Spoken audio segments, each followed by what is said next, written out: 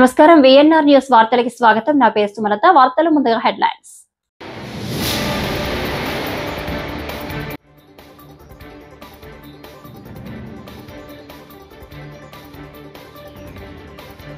పదిహేను నెలల్లో ఒక్క పెన్షన్ కూడా తొలగించలేదు మంత్రి కొండపల్లి శ్రీనివాస్.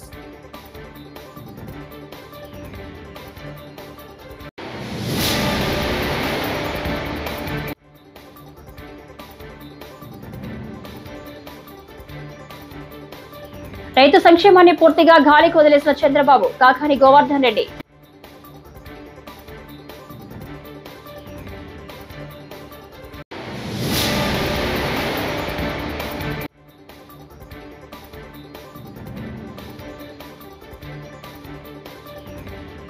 చిరంజీవి వెంకటేష్ కాంబోలో ఈ సంక్రాంతికి ఓ సర్ప్రైజ్, అనిల్ రావిపూడి.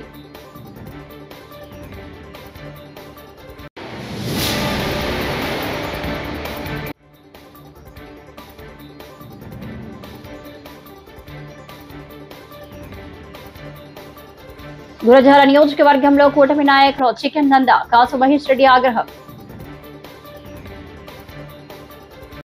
ఇక డీటెయిల్స్ సే ప్రభుత్వం అర్హుల పెన్షన్లు తొలగిస్తుందని గత కొన్ని రోజులుగా గగ్గోలు పెడుతున్న వైసీపీ పార్టీ నేతల ఆరోపణలపై ఏపీ మంత్రి కొండపల్లి శ్రీనివాస్ స్పందించారు.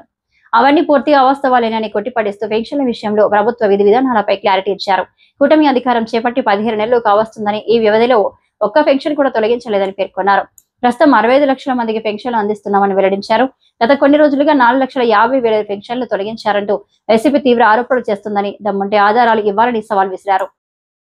దివ్యాంగుల పెన్షన్స్ లో 3,000 నుంచి 6,000 చేశాము, 5,000 నుంచి 15,000 చేశాము. అయితే గత ప్రభుత్వం ఏర్పడిన కొద్ది రోజుల్లోనే కోనసీమ జిల్లాలో అలాగే కడప జిల్లాలో కలెక్టర్కి వచ్చినటువంటి ఫిర్యాదుల మేరకు అక్కడ ఉన్నటువంటి కలెక్టర్స్ వెరిఫికేషన్ చేయగా గత గవర్నమెంట్ లో చాలా బోగస్ డిజేబిలిటీ సర్టిఫికేట్స్ ఇష్యూ చేశారని, దానివల్ల అనర్హులు చాలా మంది డిజేబిలిటీ పెన్షన్స్ తీసుకుంటున్నారనే విషయం వెలుగులోకి వచ్చింది. అప్పుడు గౌరవ ముఖ్యమంత్రి గారు ఇది ఎంతవరకు కరెక్ట్ అన్నది ఒక విశ్లేషణ చేయమంటే, వికలాంగుల పెన్షన్ గత 5 సంవత్సరాల్లో సుమారు 2,07,000 మంది కొత్త మందికి ఇవ్వడం జరిగింది. అంతకు ముందు ఉన్నటువంటి నెంబరు 6 లక్షలు. 15 సంవత్సరాలుగా 6 లక్షలు ఉంటే కేవలం 5 సంవత్సరాల్లోనే 2,10,000 పెన్షన్స్ కొత్తగా ఇవ్వడం జరిగింది. ఎందుకు అలాగే ఇవ్వడం జరిగింది అనేది విశ్లేషణ చేయగా చాలా అనర్హులకి గత పరిపాలనలో అనర్హులకి చాలా మందికి పెన్షన్స్ వికలాంగుల పెన్షన్ సర్టిఫికేట్స్ ఇవ్వడం జరిగింది అనేది వెలుగులోకి రాగా మేము మొత్తం అన్ని సర్టిఫికేట్స్ ని కూడా వెరిఫై చేయమని గౌరవ ముఖ్యమంత్రి గారు ఆదేశాలు ఇవ్వడం జరిగింది.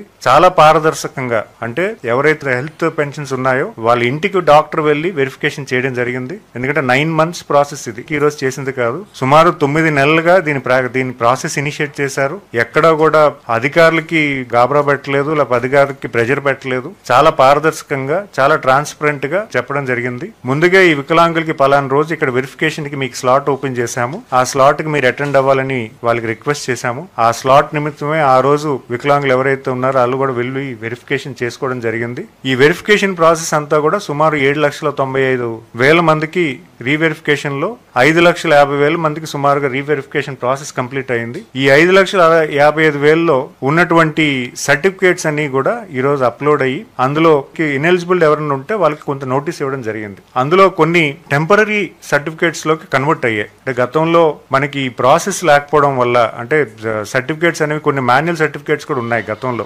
యాక్చువల్ గా డిజేబిలిటీ యాక్ట్ అనేది 2016లో వచ్చింది. అది అంతకు ముందు ఉన్నటువంటివన్నీ కూడా manual certificates. So manual certificates అన్ని కూడా కొన్ని టెంపరరీ సర్టిఫికేట్స్ కింద కన్వర్ట్ అవ్వడం జరిగింది. కానీ వాళ్ళకి ఎలిజిబిలిటీ ఉంటే మాత్రం, వాళ్ళకి 40% కన్నా ఎక్కువ ఉంటే మాత్రం వాళ్ళకు కూడా అర్హుల్లో కలపమని చెప్పి మన గౌరవ ముఖ్యమంత్రి గారు నిన్న మాకు అందరికీ కూడా ఆదేశాలు ఇవ్వడం జరిగింది. సో వాళ్ళు కూడా కన్సిడరేషన్ చేస్తూ రేపు పెన్షన్ వాళ్ళకి ఆగకుండా చేయడానికి కూడా మేము కార్యాచరణ చేస్తున్నాము.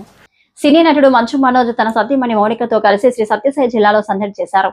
అమరాపురం మండలం హేమావతి గ్రామంలోని హెంజేరు సిద్ధేశ్వర స్వామి ఆలయాన్ని ఆయన దర్శించుకున్నారు. స్థానిక ఎమ్మెల్యే ఎంఎస్ రాజు, మనోజ్ దంపతులకు స్వాగతం పలికారు. అందరూ సిద్ధేశ్వర స్వామి ఆలయంలో ప్రత్యేక పూజలు నిర్వహించారు.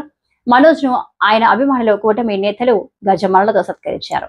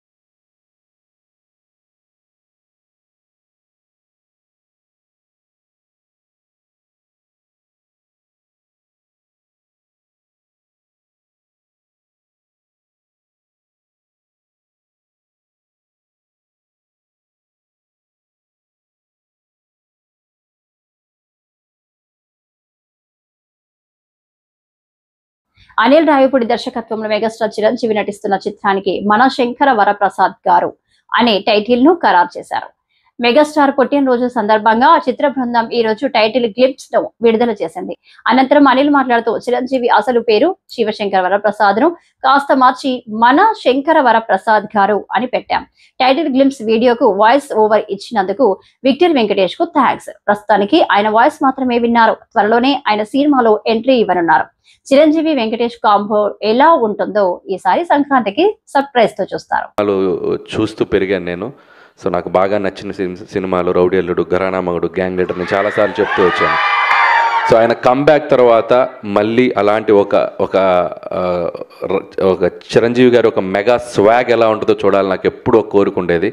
సో నాకు ఎప్పుడు ఒక ఆపర్చునిటీ వస్తుందని వెయిట్ చేశాను. ఫైనలీ నాకు ఒక అవకాశం వచ్చింది. నేను ఏదో ట్రై చేశాను, బట్ మీ అందరికి బాగా నచ్చింది అనుకుంటున్నాను.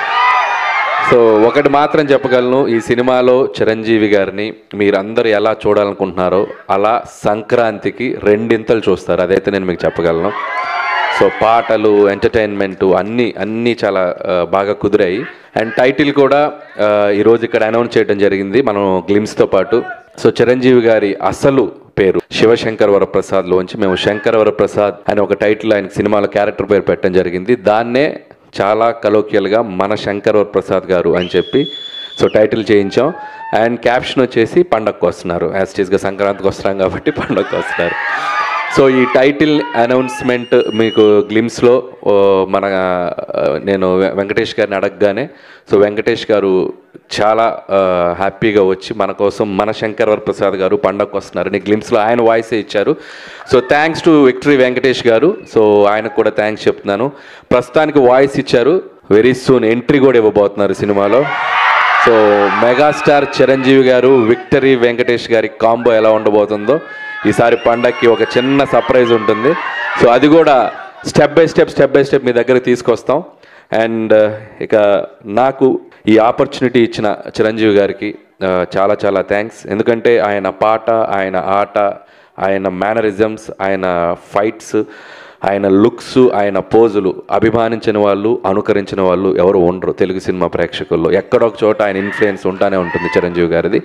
సో అలాంటి ఒక మెగాస్టార్ చిరంజీవి గారిని నా కంటితో నేను ఎలా చూడాలనుకుంటున్నానో చూసే అవకాశం నాకు వచ్చింది. అండ్ ఖచ్చితంగా మన శంకర్ వరప్రసాద్ గారు మీ అంచనాలకు తగ్గట్టుగానే సంక్రాంతికి రాబోతుంది. పండగకు వస్తున్నారు బాస్ ఈసారి. Thank you. కూటమి పాలనలో రాష్ట్రంలో అవినీతి మాఫియా విచ్చలవిడిగా రాజ్యం వెళ్తుందని మాజీ మంత్రి కాకాని గోవర్ధన్ రెడ్డి ఆగ్రహం వ్యక్తం చేశారు. తాడేపల్లి వైఎస్ఆర్ కాంగ్రెస్ పార్టీ కేంద్ర కార్యాలయంలో మీడియాతో మాట్లాడుతూ ప్రజలను ఏ విధంగా దోచుకుని అవినీతి సంపాదన కూడబెట్టుకుంటామన్న ఆలోచన తప్ప ఈ ప్రభుత్వానికి రైతుల కష్టాలు, వారి సంక్షేమం గురించి ఆలోచించే తీరిక లేదని మండిపడ్డారు. బ్రహ్మాండంగా ఉపన్యాసం ఇవ్వడం తప్ప రైతు శ్రేయస్సుని గురించి కానీ, వ్యవసాయం సంక్షోభంలో ఉంది కాబట్టి రైతుల సంక్షేమాన్ని గురించి కానీ ఏమాత్రం పట్టించుకునేటువంటి పరిస్థితి లేదు. ఒక విధంగా చెప్పాలి అంటే రైతులని అడ్డం పెట్టుకుని దోచుకున్నటువంటి ప్రభుత్వం బహుశా భారతదేశ చరిత్రలో ప్రస్తుతం ఉన్నటువంటి కూటమి ప్రభుత్వం తప్ప మరొకటి ఉండదు అనేటువంటిది ఈరోజు రైతులందరూ కూడా మాట్లాడుకునేటువంటి పరిస్థితి. అసలు ఒక్కసారి చూస్తే ఒక్క సమీక్ష కూడా జరపడం లేదంటే, ఒక పక్క అతివృష్టి అనావృష్టితో రైతులు అనేక రకాలైనటువంటి ఇబ్బందులు పడుతుంటే ఈ రాష్ట్రానికి రైతుల గురించి ఆలోచన చేసేటువంటి ముఖ్యమంత్రి ఉన్నాడా? అసలు వ్యవసాయ శాఖ మంత్రి ఉన్నాడా? ఒక శాఖను నిర్వహిస్తున్నాడా? అసలు ఈ రాష్ట్రంలో వ్యవసాయ శాఖ అనేటువంటిది పనిచేస్తుందా ఈ ప్రభుత్వంలో? ఇవన్నీ కూడా ప్రజలకి, రైతులకి ప్రధానంగా వచ్చేటువంటి అనేక అనుమానాలు. ఈరోజు చూస్తే పంటలకి గిట్టుబాటు ధర లేదు అని చెప్పి మిర్చి దగ్గర నుంచి, మామిడి దగ్గర నుంచి, ప్రత్తి దగ్గర నుంచి, పొగాకు దగ్గర నుంచి, కోకో దగ్గర నుంచి, బొప్పాయి దగ్గర నుంచి ప్రతి పంటకి ఈరోజు పంటకి గిట్టుబాటు, వరి అయితే వదిలేశారు, గాలికి వదిలేశారు. మిగతా పంటలకు సంబంధించి ఎక్కడా కూడా గిట్టుబాటు ధర లేదు అంటే కనీసం స్టేట్మెంట్లు ఇవ్వడం, కొన్ని పత్రికల్లో అనుకూలమైనటువంటి పత్రికల్లో ఆహా ఓహో ఏదో జరిగిపోయిందనేటువంటి భ్రమలు కల్పించడం తప్ప ఎక్కడైనా ఈ ప్రభుత్వం రైతుల గురించి పట్టించుకుని రైతులను ఆదుకున్నటువంటి పరిస్థితి కనిపిస్తుందా? గిట్టుబాటు ధర కల్పించాలనేటువంటి ఆలోచన ఎక్కడైనా ఈ ప్రభుత్వానికి, ముఖ్యమంత్రికి ఎప్పుడైనా అనిపించిందా అనేటువంటిది ఈరోజు ప్రధానంగా రైతులు ప్రశ్నిస్తున్నటువంటి అంశం. కరువు వచ్చింది, వర్షం వచ్చింది, ఒక పక్క అతివృష్టి అనావృష్టి, ఎక్కడ ఉలుకు పలుకులేదు.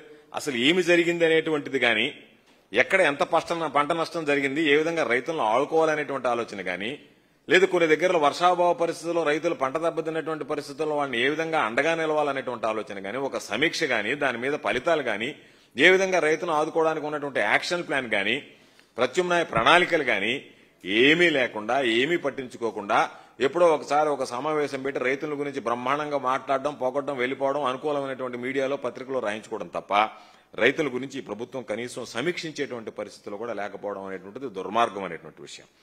ఈరోజు రైతు ఆలోచనలో ఈ ప్రభుత్వానికి సంబంధించినటువంటి ఆలోచన చేసేటువంటి పరిస్థితుల్లో అన్నదాతల గురించి ఆలోచన చేసేటువంటి పరిస్థితి, రైతు అనేటువంటి వాడు ఈ రాష్ట్రంలో ఉన్నాడు అని చెప్పి కనీసం రైతుల గురించి ఆలోచన చేసేటువంటి పరిస్థితి లేనిటువంటి దురదృష్టకరమైనటువంటి దుర్మార్గమైనటువంటి ప్రభుత్వం ఏదన్నా ఉందంటే ప్రస్తుతం నడుస్తున్నటువంటి కూటమి ప్రభుత్వం.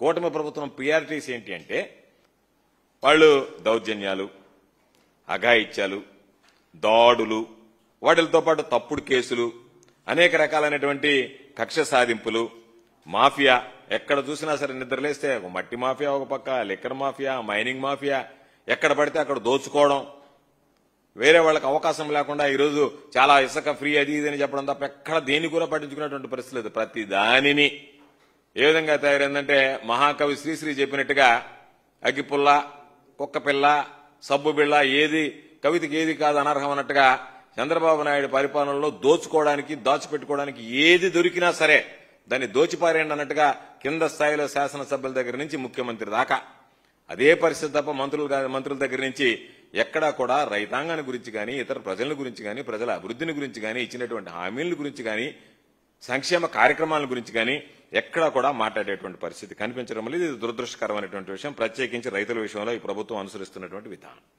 పోతే మెగాస్టార్ చిరంజీవి పుట్టినరోజు పురస్కరించుకుని Telugu television digital media technicians workers federation ఆధ్వర్యంలో మెగా రక్తదాన శిబిరం నిర్వహించారు. చిరంజీవి రక్తనిధి కేంద్రంలో పలువురు టీవీ ఆర్టిస్టులతో పాటు సుమారు 300 మంది రక్తదానం చేశారు. నటి వ్యాఖ్యాత ఉదయభాను ముఖ్య అతిథిగా హాజరై ఈ శిబిరాన్ని ప్రారంభించారు. నటుడు ఉత్తేజ్ తన మయూఖ టాకీస్ శిక్షణ కేంద్రంలో 30 మంది విద్యార్థులతో హాజరై రక్తదానం చేశారు. రక్తదానం చేసిన వారికి శ్రీజనని ఆగ్రో ఫుడ్స్ సంస్థ తరపున ఉచితంగా స్నాక్స్ అందించారు. ఎన్నో లక్షల మందికి ప్రాణాన్ని అందజేస్తుంది రక్తం అనే బ్లడ్ బ్యాంక్ ద్వారా. అలాగే ఎంతోమందికి చూపుని అందిస్తుంది. ఇది ఒక గొప్ప యజ్ఞం. అందరూ మెసేజ్ పెట్టాను, అరే బలవంతం లేదు, స్వచ్ఛందంగా సత్యంగా సంతోషంగా ఎవరొస్తారు చెప్పండి అనగానే దాదాపుగా ఒక 30-40 మంది టక్ టక్ టక్ టక్ అని సంతకాలు చేశారు. సో అందరం కలిసి బ్లడ్ ఇవ్వడానికి వచ్చాం. సహృదయం ఉంటే చాలు, ఇంకా వేరే మనం వెళ్ళి లక్షల కోట్లు ఖర్చు పెట్టక్కర్లేదు పక్కవాడికి సహాయపడడానికి. సో అలా అన్నయ్య చేస్తున్న ఈ గొప్ప యజ్ఞంలో ఎంతో హృదయ సంస్కారం ఉన్న, హృదయ వైశాల్యం ఉన్న ఈ యజ్ఞంలో మేము అందరం పాల్పంచుకునే best wishes to him. So మనం ప్రాణంగా ప్రేమించి మన మెగాస్టార్ చిరంజీవికి ఇంకొకరి ప్రాణం కాపాడే పని చేస్తే వారికి అంతకంటే బెస్ట్ గిఫ్ట్ ఇంకోటి ఉండదండి. సో మనం అందరం పాల్గొని 300 మంది మేమే ఆశ్చర్యపోయాం, ఇంతమంది ఇస్తారు అనుకోలేదు. ఆశ్చర్యపోయాం మేమే. అంత చక్కటి కార్యక్రమం జరుగుతుంటే ఈ చక్కటి కార్యక్రమాన్ని విజయప్రదం చేయడానికి ఆశీర్వదించడానికి వచ్చిన గెస్టులందరికీ పేరు పేరున మరొకసారి ధన్యవాదాలు తెలియజేసుకుంటాం. ఉద్యోగ ఉపాధి కల్పన కోసం యువత పరిశ్రమను అనుసంధానించేలా కూటమి ప్రభుత్వం ప్రతిష్టాత్మకంగా తీసుకురానున్న నేపథ్యం పోర్టల్ ను దేశానికి రోల్ మోడల్ గా నిలిచేలా తీర్చిదిద్దాలని మంత్రి నారా లోకేష్ అధికారులను ఆదేశించారు. శుక్రవారం ఉండవల్లి నివాసంలో నైపుణ్య విభాగం అధికారులతో నిర్వహించిన సమీక్షలో ఈ ఆదేశాలు జారీ చేశారు. పోర్టల్ ను మెరుగ్గా తీర్చిదిద్దేందుకు చేపడుతున్న చర్యలను అధికారులు పవర్ పాయింట్ ప్రెజెంటేషన్ ద్వారా వివరించారు.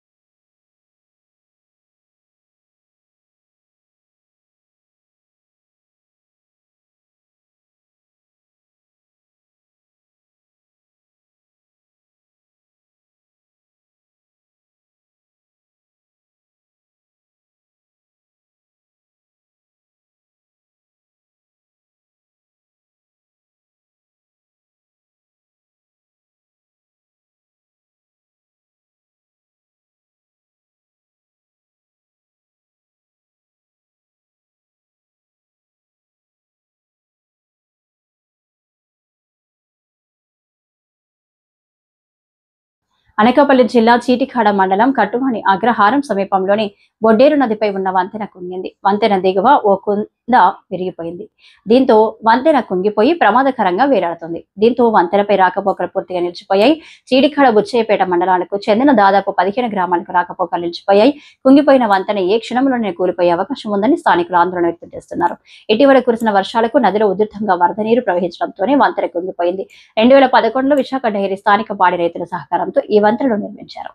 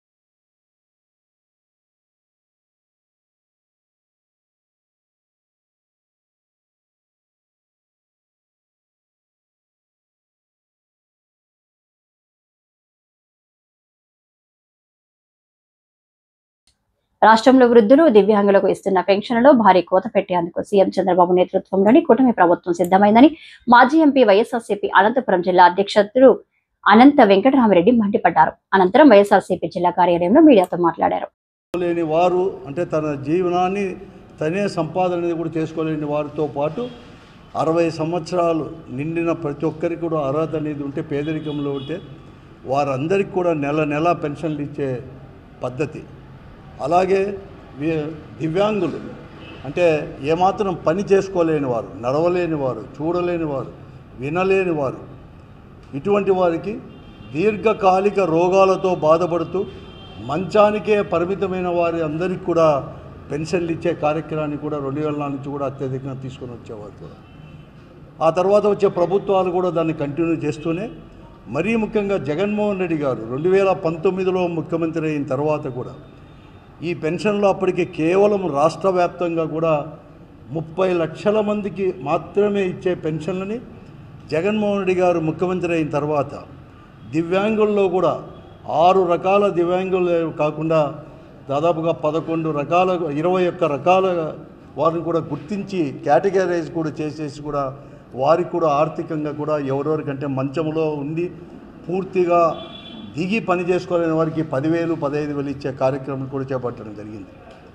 జగన్మోహన్ రెడ్డి గారు ముఖ్యమంత్రిగా దిగిపోయేంత సమయానికి అంటే 2024 మార్చి, ఏప్రిల్, మేలో కూడా దాదాపుగా ఈ రాష్ట్రంలో ఒక 66,34,000 మందికి పెన్షన్లు అనేది కూడా ఇచ్చేవారు. అందరికీ కూడా అన్ని రకాల వారికి కూడా 66,34,000 మంది.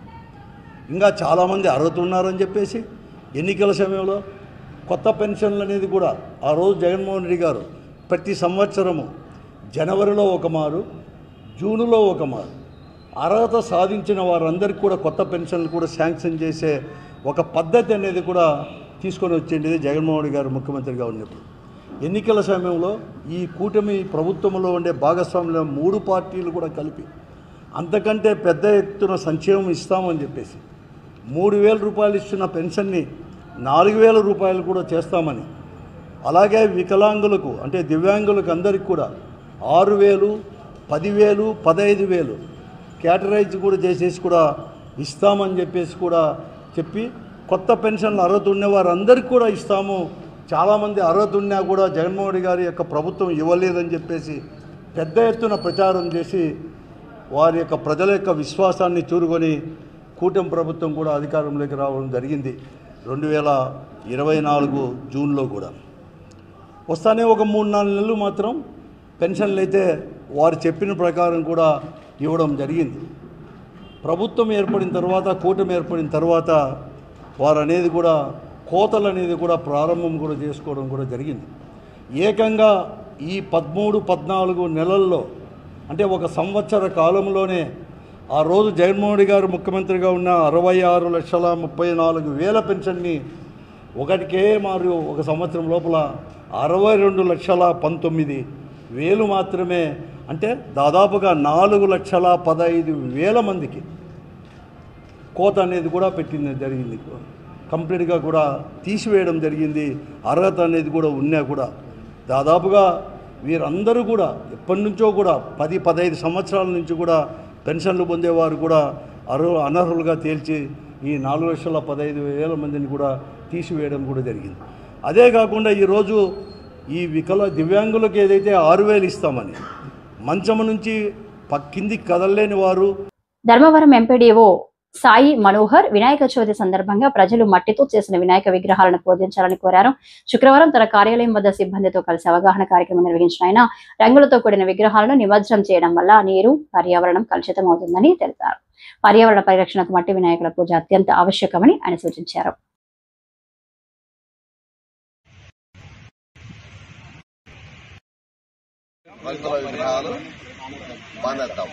మట్టి గణపతిని అందరూ పూజించాలి, పర్యావరణాన్ని కాపాడాలి. మట్టి గణపతి ముద్దు, రంగుల విగ్రహం వద్దు. మట్టి గణపతి ముద్దు, రంగుల విగ్రహాలు వద్దు. ఇదేంటంటే ఇప్పుడు దాకా అందరం డిస్కస్ చేస్తూ కూడా రంగుల గణపతి విగ్రహాలు చాలా పర్యావరణానికి, ఈవెన్ పశువులకి కూడా చెరువుల్లో, వంకల్లో, వాగుల్లో మనం పడేస్తుంటాం నిమజ్జనంలో. ఆ రోజు జస్ట్ మనం ఆ రోజు పడేసిన లోపల లైక్ ఐరన్ వస్తువులు, కలర్స్, అవన్నీ రకరకాలు కూడా అంటే పర్యావరణానికి చాలా ఇబ్బందికరంగా ఉంటుంది. అంటే it is taking some time అనమాట to dissolve or to decompose అనమాట. కాబట్టి ప్రతి ఒక్కరు కూడా అంటే ధర్మవరం మండల ప్రజలందరికీ కూడా మా అందరి సైడ్ నుంచి ఎంటైర్ ధర్మవరం మండల ప్రజా పరిషత్ నుంచి విన్నపం ఏంటంటే మట్టి గణపతిని పూజించండి, పర్యావరణాన్ని రక్షించండి. మట్టి గణపతిని పర్యావరణాన్ని రక్షించండి. మట్టి గణపతిని పూజించండి, రంగు విగ్రహాలని మానేద్దాం. ఓకేనా? దయచేసి ప్రతి ఒక్కరు కూడా ప్లీజ్ మన పర్సనల్ గా మన ఇంటి నుంచే మొదలు పెడదాం. ఓకేనా? మన ఇంటి నుంచి మన ఆఫీసెస్ లో ఏమైనా పెడితే కూడా let start with only clay idols అన్నమాట. క్లే గణపతినే మనం వాడాలి. ఓకేనా? దయచేసి it is all our commitment. ఏదో జస్ట్ ఇది ఒకరికిద్దరు నుంచి కాదు, ఒక సమూహంగా మనం అందరం చేయాలి. ప్లీజ్ డూ దిస్ వాలంటరీలీ అన్నమాట. ఓకే, ఏమైనా చెప్తారు సార్? చెప్పండి. మైలవరం ఎమ్మెల్యే వసంత కృష్ణ ప్రసాద్ శుక్రవారం కొండపల్లి మున్సిపాలిటీలో హైస్కూల్ వద్ద నుంచి ఎర్రబ్రిడ్జి హైవే వరకు 43.45 లక్షల 15వ ఆర్థిక సంఘం నిధులతో నిర్మించనున్న సిమెంట్ రోడ్డు నిర్మాణానికి శంకుస్థాపన చేశారు. చారిత్రాత్మక ప్రాధాన్యత కలిగిన కొండపల్లిలో మౌలిక వసతుల కల్పనకు తొలి ప్రాధాన్యత ఇస్తున్నట్లు, ఈ రోడ్డు నిర్మాణంతో ప్రజల ఇబ్బందులు తొలగిపోతాయని ఆయన తెలిపారు. సాధ్యమైనంత త్వరగా నిర్మాణాన్ని పూర్తి చేయాలని ఆదేశించారు. ఈ కార్యక్రమంలో జనసేన పార్టీ ఇన్ఛార్జి అక్కల రామ్మోహన్ రావు, కూటమి నేతలు పాల్గొన్నారు. బ్రిడ్జి నుంచి కిందకి రోడ్డు దెబ్బతిన్నందువల్ల 43.5 లక్షలతో సీసీ రోడ్డు నిర్మించాలని చెప్పి ఇక్కడ ప్రజలు అడగటం, దాన్ని ఈరోజు శంకుస్థాపన చేసాం. త్వరలో నిర్మాణం పూర్తవుతుంది.